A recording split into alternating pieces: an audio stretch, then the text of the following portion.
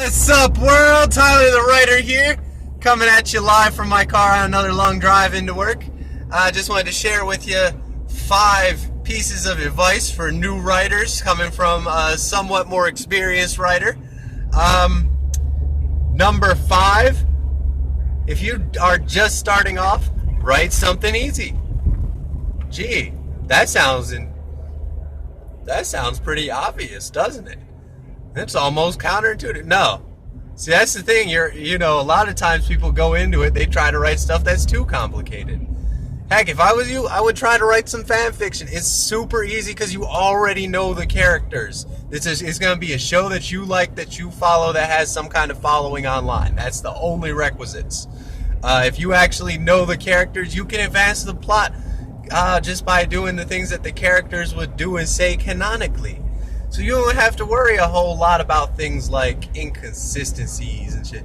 Because fan fiction is the lowest form of writing at the end of the day. No one makes money off of it. Sometimes there's really good fan fiction, but the majority of it's garbage.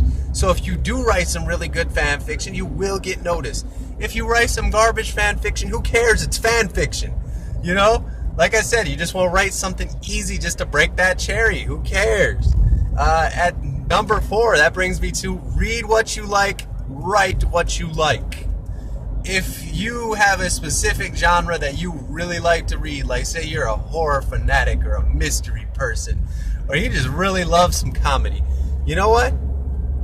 Read more of that. Share that with the world. You might just be the next mystery writer, the next horror writer, the next comic. That's the kind of things that make you money.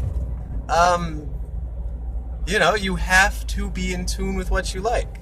Why do you think I write science fiction? Number 1 is pretty damn easy, but number 2, well, no, it's really not. I'm not gonna lie. It comes easy for me just because I know a lot about science in general. But yeah, so that brings me to point number 3. Either way you read it, and that is, don't sweat the petty things, don't pet the sweaty things. George Carlin. Think about that for a minute. If you come into this and your first couple stories, your first book, what have you, is terrible, because like I said, don't define yourself just by what I said. Write what you want to write. But if, say, your first book is absolute garbage, don't sweat it. It happens. The first thing you write is not going to be pretty usually. I mean, generally speaking, if you're just getting into it now, you've probably had to either only write like technical writing stuff for school and all that, and it's just starting to pique your curiosity, or you've just been so off the game for so long. It's not going to be easy to get right back into it. You know what I'm saying? It's not going to be easy to just dive into creative writing. You're not just going to sit there and be able to remember every single thing you like about every single book you read. It's just not how it works. So don't sweat it. Keep at it. See, that brings me to point number 2. You keep at it regardless of doubters, regardless of haters. I don't care how many people tell you you are garbage. You might be garbage because you're a kid. What else is new? You're clearly still developing. At the end of the day, who cares? You know what I'm saying? You have to keep at it. You have to keep working. Once you get a concept, you don't want to stop trying to perfect that concept. And that brings me to the number 1 tip. And if you don't listen to anything else I say in this entire video, listen to this. Never stop learning. I don't care who you are, what you've written. If you are literally 12 years old watching this video because you want to try and write a story for school, or if you're freaking 40 years old and you've been to college and you haven't written anything creatively in years and you just want to hop back on it, or if you're Stephen King or freaking J.K. Rowling or freaking any of the other super high profile writers that are out here, because I'm not going to name all of you people. But just think about it, man. Nobody who actually makes money writing ever stops practicing their writing. They never stop learning. I mean, Stephen King is like 80 years old and he still sits there and practices, and he still sits there and learns, and he still makes mistakes even though he's written like probably 30 fucking bestsellers. Stephen King doesn't give a shit about any of that. He knows that he's a person and he's got to keep working at it and got to keep learning. You know what I'm saying?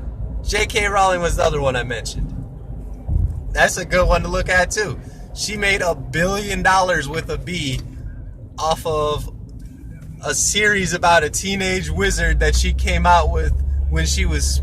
She came up with the whole idea when she was basically homeless. She was living at her friend's house, smoking weed on the fucking couch, came up with an idea, rolled with it, practiced, improved it, and became a billionaire with a B.